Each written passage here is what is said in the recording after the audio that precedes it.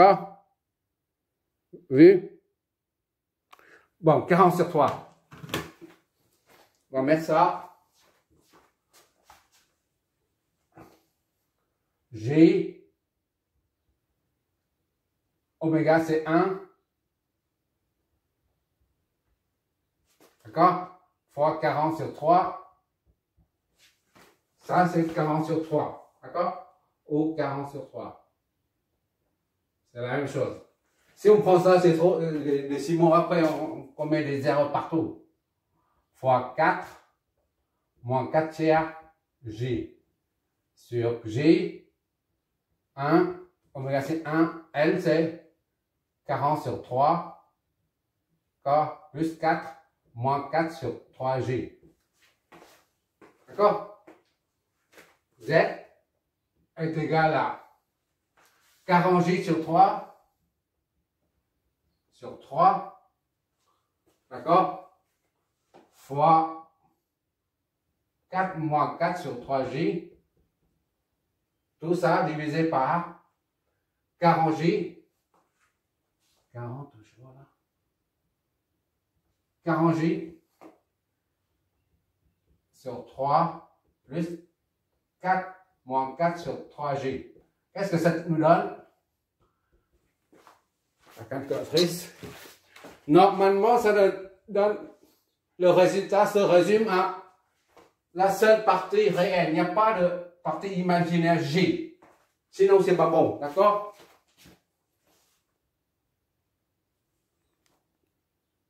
Tu vois là, j'ai saisi l'expression, ça nous donne, hop, voilà, ça donne 40 sur 9, il n'y a pas de J là, d'accord?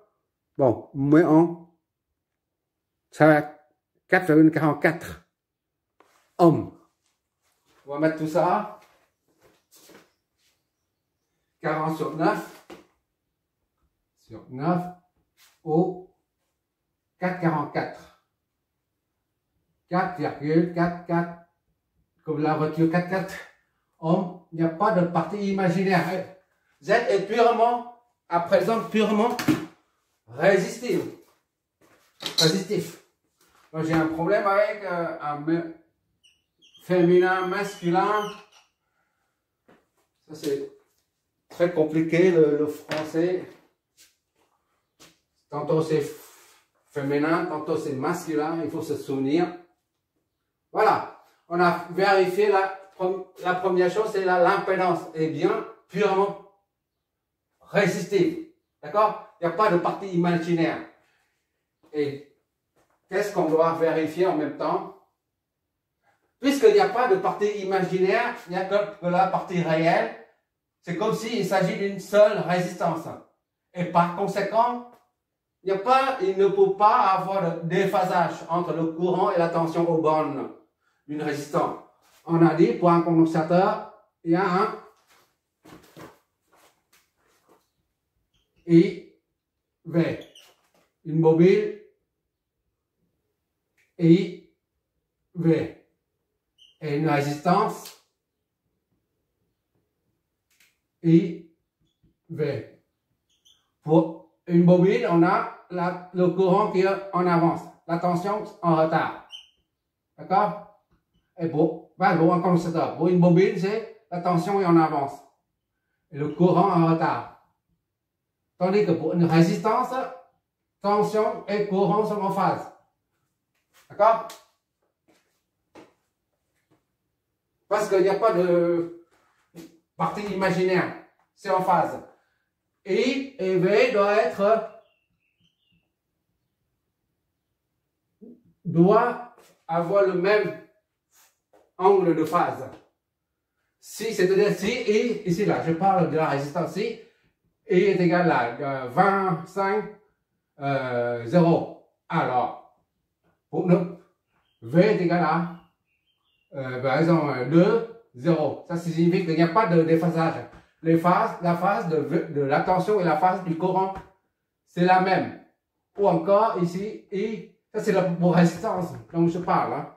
Si I est égal à 10 moins 15 et V est égal à 20 moins 15. Ça signifie qu'il n'y a pas de déphasage. Les deux ont la même phase, d'accord?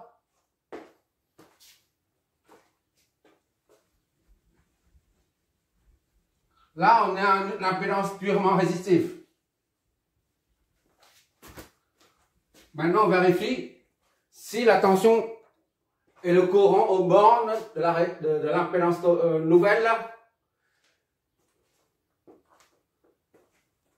si V et I sont en phase. Calculer ça. V, on l'a déjà. Maintenant, il faut calculer I, d'accord? V, Z, I est égal à I. V, c'est ça. Donc, I est égal à V sur Z. V, c'est 30 moins 60 sur Z, c'est 4,444. Ça, c'est comme si 4,444 et 0 degré. C'est la même chose, d'accord? Et donc, V est égal à ça divisé par ça. Tu peux remettre ça, hein. Ça change rien. Et ça moins ça, d'accord? 30 divisé par. D'accord? J'ai pas mis l'angle de phase 0, c'est la même chose. Ça donne ça. D'accord? Et maintenant, tu convertis en modulé de phase. C'est moins 60. 6,75. D'accord? Et moins 60. V est égal à 6,75 moins 60. 0,68 moins 60 degrés en volts. I, c'est pas V. I est égal à ça. Tu vois bien ici que la tension, c'est la phase de la tension, c'est moins 60. La phase du courant, c'est moins 60 également. Donc, il n'y a pas de déphasage. Lorsque ta Z est égal à ça. D'accord? Tu injectes Z dedans, purement résistif. Et ça te donne un courant qui est en phase avec la tension. D'accord? Maintenant, il s'agit de déterminer, de vérifier la puissance complexe et en déduire la cosinus phi. Voici le facteur de puissance communément appelé cosinus phi là, eh bien, est égal à l'unité à 1. D'accord? On y va. Pour calculer la puissance complexe, on a besoin du courant conjugué, du courant, d'accord? Donc on prend tout de suite ça en conjugué. Son conjugué c'est 6,068. L'angle opposé tout simplement, c'est plus 500. D'accord? Voilà. Donc S est égal à V fois le conjugué de I du courant sur 2. V, c'est 30, 60, moins 60, fois le conjugué, c'est tout ça. 6, 68 et 60. D'accord? Divisé par 2. Tu vois, ça, multiplier ça par ça. Et on additionne les deux phases. Tu vois bien, ça additionné à ça, ça donne nul. Il n'y a pas de puissance complexe, n'a pas de partie imaginaire. On voit tout de suite. Oh, j'écris quand même. Voilà. Regarde, je saisis là. Tu vois? La tension c'est 30, 60, moins 60 fois le courant conjugué. Maintenant ça devient plus 60, c'est pas moins 60, d'accord? Le conjugué. Le tout divisé par 2, ça nous donne 101,26. Il n'y a pas de partie imaginaire. Comme on a dit, c'est prévisible.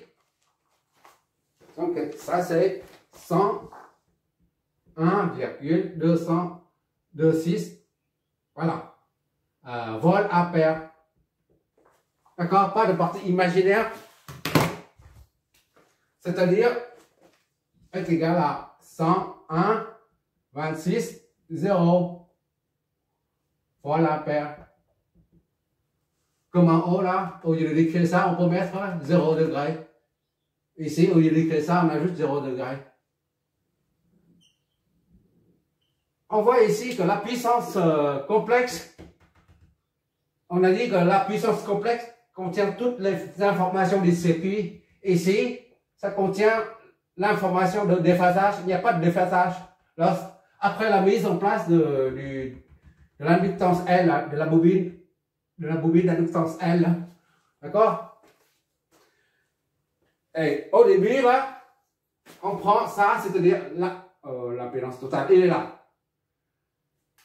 Rien qu'avec l'impédance totale, on connaît le cosinus phi. Cosinus phi, ou le facteur de puissance, provient de l'impédance totale du circuit, des caractéristiques du circuit. Il ne vient pas de la source, ni de la tension, ni du courant. L'angle, le cosinus phi, là, ça s'appelle cosinus phi, en fait. Le déphasage du circuit, ici, là, le déphasage, ici, là, le déphasage. Lorsqu'il y a un angle, ça signifie qu'il y a un déphasage. Mais le déphasage tire son origine de l'impédance du circuit, l'impédance totale du circuit, là. Au début, ça fait cosinus phi V moins phi I. D'accord? C'est ce qu'on appelle le cosinus phi, là. Cosinus phi. C'est ce que tu vois sur le compteur électrique à la maison, cosinus phi. Eh bien, si on ne met pas ça en place, on a le cosinus phi qui est égal à moins 18,449, c'est ça, hein? Ah. Ça fait cosinus de moins 18,4349 degrés. D'accord? Et maintenant, là, ça, c'est 0. Cosinus phi, phi V moins phi I, c'est le déphasage entre la tension et le courant. D'accord? La tension, c'est ça, le courant, c'est ça. C'est pas courant conjugué, d'accord? La formule de la puissance complexe exige le conjugué du courant. Mais pour calculer la phase, cosinus phi, c'est le déphasage, on considère ça, le I là, et le V, pas le conjugué, d'accord? Le conjugué, là, c'est juste pour calculer la puissance complexe. Ici, là, présent, là, ça, c'est avant, et ça, c'est après. Après l'installation de la bobine, bien sûr. Cosinus phi est égal à cosinus de 0. Cosinus de moins 18,49 est égal à cosinus de 0 est égal à 1. Et ça, c'est combien? Cosinus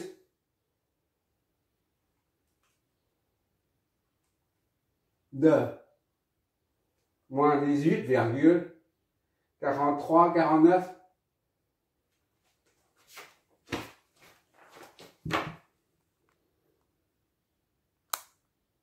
Voilà. 0,94. D'accord? 0,94. 86. Voilà. On a réussi à ramener le facteur de puissance de 0,94 à l'unité. D'accord? Cosinus phi est égal à 1. Faire une compensation pour supprimer le déphasage. Il n'y a plus de déphasage là. Il n'y a plus de déphasage là. Afin que V et I soient en phase. V moins 60, I moins 60, c'est en phase. C'est-à-dire cosinus phi est égal à 1. 1, c'est bien égal à 1. D'accord?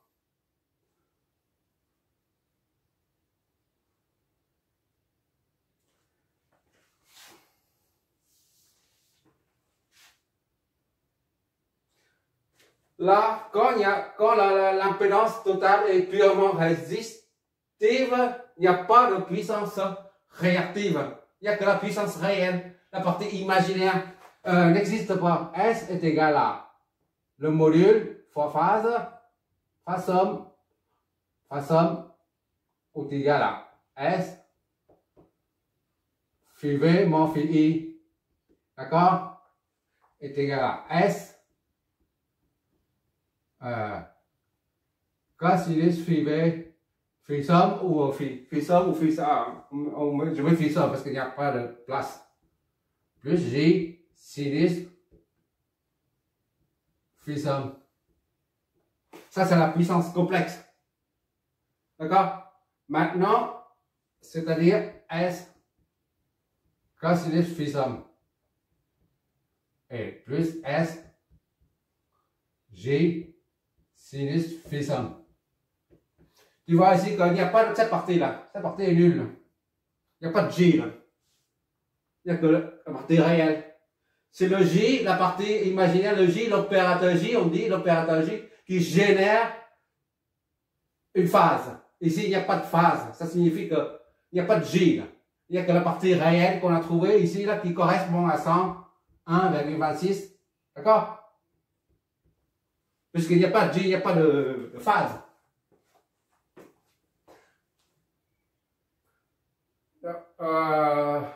On a compensé un circuit inductif via, pendant l'exemple numéro 13, vidéo 1.1, on a compensé un circuit de nature capacitive, de nature inductive via un condensateur. Mais à présent, là, depuis tout à l'heure, on a compensé un circuit de nature capacitive, négatif, là, via une inductance, d'accord? Mais c'est très rare d'avoir à compenser un circuit de nature capacitive. C'est très rare qu'on voit ça. Mais pourquoi? On compense en général dans une usine. Dans une usine, il y a beaucoup de moteurs dedans. En général, il y a des moteurs encore, des éclairages, et quoi? Le chauffage, le moteur, ainsi de suite. Il y a beaucoup de choses. Et en général, une installation est de nature inductive. C'est la raison pour laquelle, c'est-à-dire phi, c'est positif. Et pour annuler phi, on vient installer un condensateur. D'accord? Aux bornes. C'est rare de voir une installation où l'angle de phase de l'impédance totale de l'installation est négative. Négatif comme ici. Et pourquoi je fais cet exercice? Tout simplement parce que je fais quand même cet exercice parce que il y en a qui disent on n'a jamais affaire à ce genre de compensation, compensé par une inductance. Mais pourquoi je fais ça? Parce qu'en triphasé, je te prépare au compensateur en triphasé. En triphasé, eh ben, ça n'existe plus le cosinus phi. Notre fameux cosinus phi, là, ça c'est en monophasé. D'accord? Mais en triphasé, ah ben, ça fonctionne plus, ça marche plus. Tu peux pas utiliser le cosinus phi. Tu ne peux pas appliquer le cosinus phi, le facteur de puissance, en monophasé ou triphasé, ou un système, au réseau triphasé. Par exemple, tu as une charge ici. D'accord? Tu as une autre charge ici. Tu as une autre charge qui est comme ça. Voilà. Par exemple, en triangle, disons. Câblé en triangle. Câblé en triangle. Ou en étoile. Allez, en étoile. Voilà.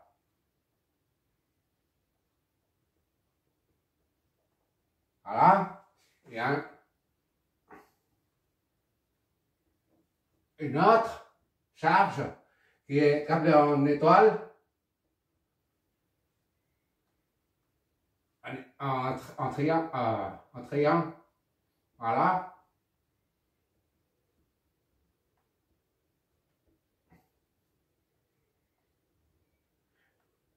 Voilà. Ça peut être des inductances, condensateurs. Tu peux avoir toutes sortes de charges, d'accord? Et tu ne vas pas calculer le cosinus phi de ça, parce que là-dedans, là, il y a ça et ça, par exemple. Une inductance, d'accord? Une inductance mobile, là. Ça génère un déphasage positif, par exemple. Et ça, c'est positif, ça, c'est négatif, par exemple. Et ici, c'est cosinus phi qui est positif. Négatif, positif. Ici, cosinus phi, c'est négatif. Disons, hein, c'est un exemple. Et ici, c'est cosinus phi, phi qui est 0, par exemple, ou 0 ou 0,1. Peu importe.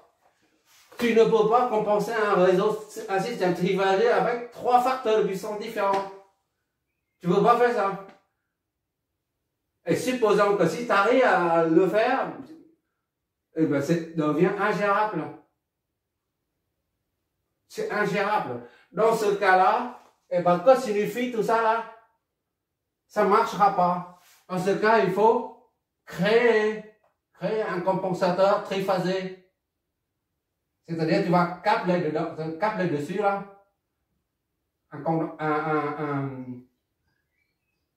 voilà. Je prends un truc en étoile, mais on peut éventuellement, voilà, par exemple. Voilà. C'est un exemple, je ne connais pas le câblage. Hein. Le moment venu, on va dimensionner ça. En triphasé. Voilà, ça s'appelle le compensateur triphasé.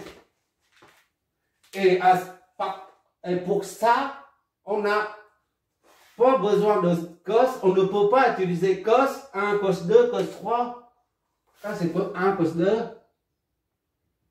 Cos 1, cos 2, cos 3, par exemple, on ne peut pas faire ça, c'est impensable. On ne peut pas mélanger les deux, les trois là. Cos 1 plus cos 2 plus cos 3. Ou alors cos 1 fois le produit des trois. Ça, c'est impensable.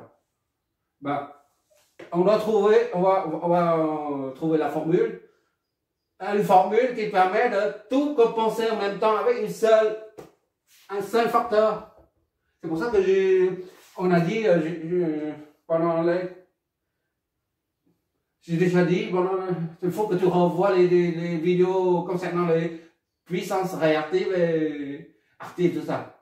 On a dit qu'il y a un problème au niveau un problème d'appellation au niveau des facteurs de puissance. Soit qui dit un facteur de déplacement, d'autres qui dit c'est un facteur puissance active, l'autre qui dit encore. Et ici, là, il y a deux facteurs maintenant, facteur de puissance directe et facteur de puissance normale. Il y a deux facteurs. Et le tout divisé par ce qu'on appelle un scalaire. Un scalaire, pourquoi? Tout simplement, tu ne peux pas utiliser ça. C'est ça. Voilà. Le moment venu, tu verras pourquoi c'est un scalaire. Là, c'est un scalaire. Là, c'est un scalaire. Scalaire, ça signifie quoi? Scalaire? Scalaire, c'est en latin, c'est scala. Je crois que c'est écrit comme ça en latin. Ça fait longtemps maintenant. J'ai appris le latin avant, mais maintenant, ça fait longtemps maintenant. Scala, ça signifie l'échelle. C'est un repère orthonormé. Alors, c'est pas normal, et en plus, c'est normé. Il y a une norme. Quand on dit norme, il n'y a plus de. C'est un scalaire. C'est une échelle. Voilà, pour dire que le cosinus phi là, pour l'instant, là, ça s'applique au réseau, à un circuit monophasé. D'accord? Quand il s'agit d'un circuit triphasé, on n'a pas, on peut pas se servir de ça. Et pour revenir à ce qu'on a dit tout à l'heure, un circuit en monophasé à compenser, et généralement, on compense avec un condensateur. Mais pourquoi j'ai mis ça comme ce circuit-là? où la compensation est faite à partir d'une bobine d'inductance. Parce que dans le compensateur, en triphasé, là, tu as une inductance. Soit une inductance et deux condensateurs. Soit deux condensateurs, soit deux bobines et un seul condensateur. C'est comme ça. On va développer la formule. On va développer tout ça. La formule qui permet de dimensionner ça. D'accord? C'est bon. Puisque dans le compensateur, il y a la bobine. C'est pour ça que j'ai anticipé les exercices. J'ai mis ce problème-là. Peut-être tu trouves là nulle part, hein, même. Je ne sais pas si tu trouves ça quelque part, mais c'est rare d'avoir une installation où le cos est négatif. Et négatif, c'est très rare. D'accord? Là, j'ai créé ce circuit pour que tu vois qu'il y a un déphasage négatif et ça nous oblige d'utiliser une bobine d'inductance pour te préparer un peu au compensateur triphasé. Voilà. Il y a d'autres, les transformateurs de mise à la masse, tout ça, on verra ça le moment venu. Tu regarderas le résultat de tout ça. Notamment la Z, l'impédance finale, c'est purement résistif. Et quoi d'autre? La valeur de l'inductance à mettre en place, d'accord? Et à la fin, il n'y a pas de puissance réactive. Au début, il y a la puissance réactive, parce que, tu vois là, 101, 25, moins 33. Ici, il n'y a que ça, 101. Il n'y a pas de moins quelque chose J. Tu vois là? Au début, avant l'installation de la bobine, tu as un angle et après, tu n'as plus d'angle. Tu regarderas tout ça sur j'ai fait des simulations. Qu'est-ce qu'on va faire après? On verra ça. Merci d'avoir regardé.